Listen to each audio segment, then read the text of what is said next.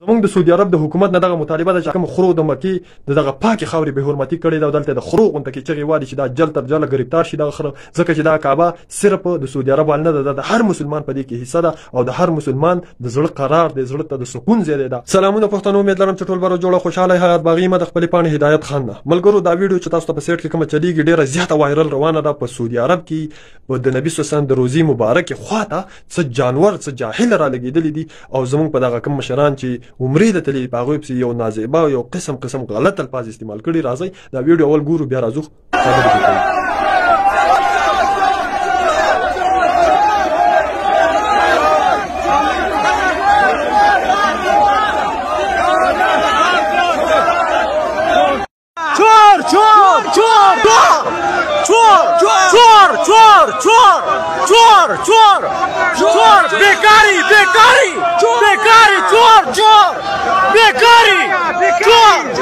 چور بیکاری شاباش.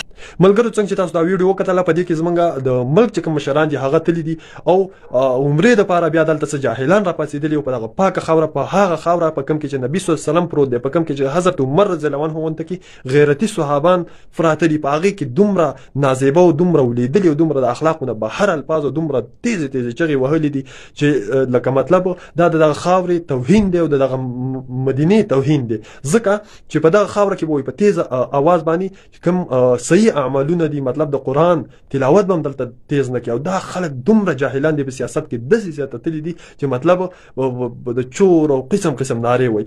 نو موږ د علما کرامو نه دا خبرې اورو چې په اخره زمانه کې به جوج ماجوج او واړه چې کوم دجالان دي به روزي، او واقعي که هغه نن موږ د فتنو ته سوچ وکړو چې روزانه نوې فتنه راپورته کېږي د نبي صلی الله علیه وسلم په مبارکه خاوره په مکه مدینه کې هم داسې جاهلان شته او دومره د دغه خاورې قدر ورسره نشته چې لکه مطلب داسې الفاظ استعمالوي. هم دغه خلک دي د واړه دجالان او د جوج ماجوج چې کوم ورته وایي که نه، هم دغه خلک دي خو د انسان په شکل کې دي. الله دې موږ له د دې فتنې نه پناه راکړي. او بل دغه خلک بیرته فخر هم کوي او ډېر په فخر سره وایي چې وګوره مطلب موږ د خپل لیډر دپاره د کم هدف پورې تللی شو.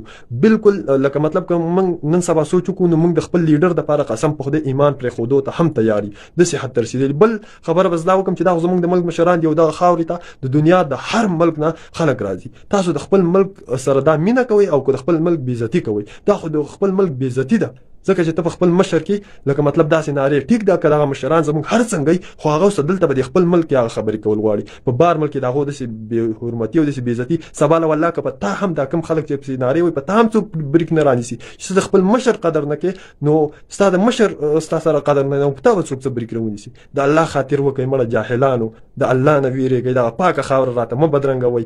ستاسو دا مردارې خولې د خدای ورکې کړي، الله هم تباه او برباد کړه. دغه خو پاکه مبارکه خاوره ده، په دغه کې زموږ د دواړو جهانو سردار حضرت محمد صلی الله علیه وسلم پروت دی او تاسو دلته د سپو په شان او د خرو په شان غاپئ. خدای هم تباه او برباد کړه چې تباه او برباد شي. سیاست کې داسې ځای ته ورسوئ چې بالکل لاندې کړي یاستئ، پته نه لګي چې په کومه فتنه کې اخته یاستئ. موږ به د ځان څخه تباه او برباد کړئ، الله هم پسې کور وران کړه. که هر چا دا کار کړی الله دې نیست او نابود کړي دغه پاکې خاورې په برکت. دغه ظالمانو ته وایم چې بالکل سیاست تاسو کوئ، دغه هر قسم اختلافات کوئ چې څنګه ستاسو مرضي هغه کوئ، خو د الله خاطر وکړئ، دغه پاکې خاورې خاطر وکړئ چې دلته د سپو د خرو خویونه مه کوئ، ځکه چې الله به راباندې د هر څه راالټه کړي. موږ به د ځان څخه تباه او برباد کړئ. ظالمانو تاسو خاص نه د دین او د اسلام او د هر څه نه پکې ځان ایستلی د سیاست کې، خو موږ به د ځان څخه تباه او برباد کړئ. د خدای خاطر وکړئ، لږ په ځان کې انسانیت راولئ او لږ د ملا څخه کښېنئ چې ملا صاحب زه په دې مدینه کې داسې چغې د خرو په شان وایم، آیا دا جایز دي او که ناجایزه دي؟